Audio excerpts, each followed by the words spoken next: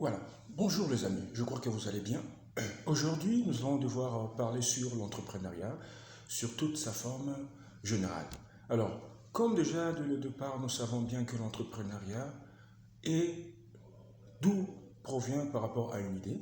Et cette idée, ça se transforme par des actions. Comme vous le savez aujourd'hui que l'entrepreneuriat, tout le monde en parle, mais aujourd'hui, on va devoir commencer à donner des formations et surtout des échanges sur comment être un entrepreneur et comment entreprendre. Alors, étant une idée qui part de la conception jusqu'à la transformation de cette idée en action, et cette initiative est peut-être personnelle ou collective, donc quand vous vous mettez dans une association de deux trois personnes, afin d'atteindre un objectif. Alors, cette idée doit être normalement une idée qui est rare et personnelle et unique à son genre. Alors, étant donné que vous êtes entrepreneur aujourd'hui, donc c'est-à-dire que vous venez à peine de comprendre que dans votre environnement, il y a un petit souci. C'est-à-dire, un entrepreneur avec son idée qu'il a, c'est d'essayer de résoudre un problème qui vient à peine de comprendre ou de voir dans son environnement. Pour résoudre ce problème, on résout le problème de qui? C'est un problème d'un client ou de plusieurs clients. Et vous vous dites que la façon que je vais devoir résoudre mon problème soit être une façon différente de celle des autres. Voilà un peu ce qui part par rapport à l'idée d'entrepreneur. Donc vous détectez le problème et vous cherchez comment le résoudre avec une idée particulière et ainsi que unique. Alors vous cherchez vos clients et vous dites que vous devez résoudre ce genre de problème. Quels seront les problèmes que je dois faire résoudre par rapport à mon produit ou à mon service à offrir à un client? Quel genre de produit que je dois offrir au client et quel genre de service que je dois faire? Vous étudiez votre marché, vous étudiez votre environnement afin de comprendre et de voir comment est-ce que vous pouvez vous lancer dans votre vie entrepreneuriale. Et après tout, vous étudiez également par rapport au prix. Parce que vous ne serez pas le premier à offrir ce service ou moi-même ce produit et vous allez comprendre déjà sur le marché, il y a déjà des gens qui ont déjà pris la taille que moi j'appelle directement, il y a une force de pénétration que personnellement vous devez apprendre à voir comment est-ce que vous pouvez étudier à pénétrer ce genre de ce marché. Et après, vous devez penser à organiser votre prospection. Et quand on parle de prospection, c'est-à-dire comment est-ce que je vais m'organiser à faire mon marketing ainsi que mes ventes, parce qu'il y a différence entre le marketing ainsi que le commercial. Le marketing, vous étudiez le marché, les forces, les faiblesses, les opportunités ainsi que les menaces. Et alors, par rapport à ce qui concerne maintenant le commercial, c'est quand vous prenez maintenant la décision d'aller au front et de vendre vos services. Et c'est pour cela, en ce moment, vous devez vous armer avec des aptitudes commerciales ainsi que marketing, parce que vous devez apprendre beaucoup plus à travailler sur l'émotionnel du client, parce que la personne à qui vous allez vendre, rassurez-vous, il ne sera pas aussi clément de vous recevoir.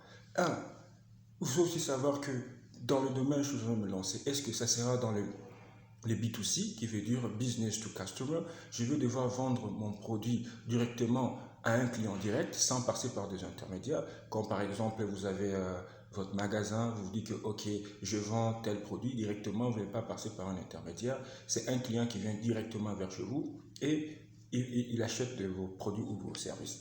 Alors, ou deuxièmement, vous êtes dans le B2B, c'est donc business to business. Vous devez vendre vos services ou vos produits vers un business. Or, en ce temps-là maintenant, il faut savoir que dans le B2B, le processus de reconversion, de conversion d'un client, la processus de conversion d'un lead au prospect et du prospect à un client, ça prend du temps parce qu'il faut prendre un rendez-vous avec votre futur client et il faut prendre son temps, il faut avoir son contact, son adresse humaine, voir comment est-ce que vous pouvez entrer en contact avec les clients. Vous pouvez arriver aujourd'hui de que non, il faut passer, j'ai une réunion, je sors. Alors tout ça, ça prend dans le temps, dans le processus de de faire une acquisition d'un client. Et en dernier, c'est le B2G, au business to government. De voir comment est-ce que mes produits, dois-je les vendre au gouvernement et vous savez à qui ou dans quel ministère il y a toujours un processus qu'il faut prendre. Ça, c'est le deuxième point. Et le troisième point, maintenant, vous devez maintenant passer par vous enregistrer maintenant au registre de commerce pour avoir un numéro de registre de commerce pour voir comment est-ce que vous pouvez être reconnu par l'État dans lequel vous êtes en train d'évoluer, afin d'être aussi en ordre, parce que pour être un vrai entrepreneur, il faut apprendre à faire les choses en ordre, pour beaucoup plus gagner la confiance de vos futurs clients. Et après, vous devez faire le choix sur le type d'entreprise.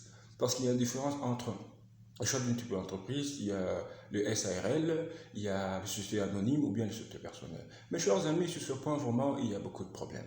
Il faut faire la différence entre, et après avoir fait le type d'entreprise, il faut aussi passer par la séparation de la personne morale à la personne physique. Aujourd'hui, une entreprise a un nom, a une date de naissance, a un mois qu'il est né, et ainsi que il doit être séparé de la personne physique. Quoique aujourd'hui, vous dites que vous êtes entrepreneur, vous créez cette société, et vous êtes enregistré au niveau de registre de commerce, vous êtes reconnu par l'État, mais il faut apprendre à faire la séparation totale, qu'on appelle en comptabilité la séparation des entreprises. Vous n'êtes pas cette personne morale, vous êtes une personne physique et mandatée à une responsabilité à durée déterminée, c'est-à-dire que quoi que vous êtes associé dans cette entreprise et que vous êtes personnellement le responsable de cette entreprise, rassurez-vous que vous avez un mandat.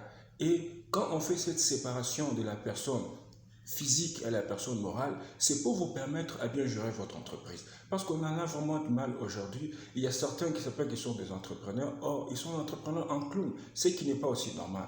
Donc quand vous faites cette séparation de la personne physique que vous êtes, c'est vrai que l'idée est venue de vous, mais vous avez la possibilité de vous séparer de cette personnalité morale qui sera dotée d'un statut, qui sera dotée d'une procédure de gestion et ainsi de la stratégie d'entreprise. Et maintenant, on va cette fois-là parler de la différence entre un entrepreneur et un businessman. Un entrepreneur, d'abord, un entrepreneur, c'est celui qui a une idée, qui la transforme en réalité. C'est ça un entrepreneur. Deuxièmement, il y a deux types d'entrepreneurs. Il y a des entrepreneurs système. Il a un système de gestion en lui. Il y a aussi des entrepreneurs gestionnaires.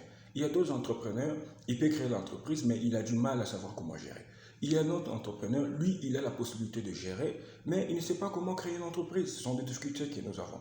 Alors, comment résoudre ce genre de problème? C'est pour ça qu'un entrepreneur doit passer dans des formations, il doit être coaché, être monitoré et être suivi et chaque fois accompagné par des experts dans le domaine entrepreneurial ainsi que le management. Et il y a 5 types d'entrepreneurs, quoique j'en ai dit qu'il y en avait 2, mais il y a 5 types d'entrepreneurs. Il y a les entrepreneurs sociaux, ce sont des entrepreneurs qui sont des activités sociales pour aider la communauté. Il y a des entrepreneurs investisseurs, qui sont des investisseurs que vous comprenez qu'il y a des gens qui investissent l'argent mais qui ne font pas partir de la société. Il y a d'autres entrepreneurs qui sont que des actionnaires, qui font partie de la société et qui investissent aussi de leur part en termes de pourcentage. Il y a aussi les bâtisseurs.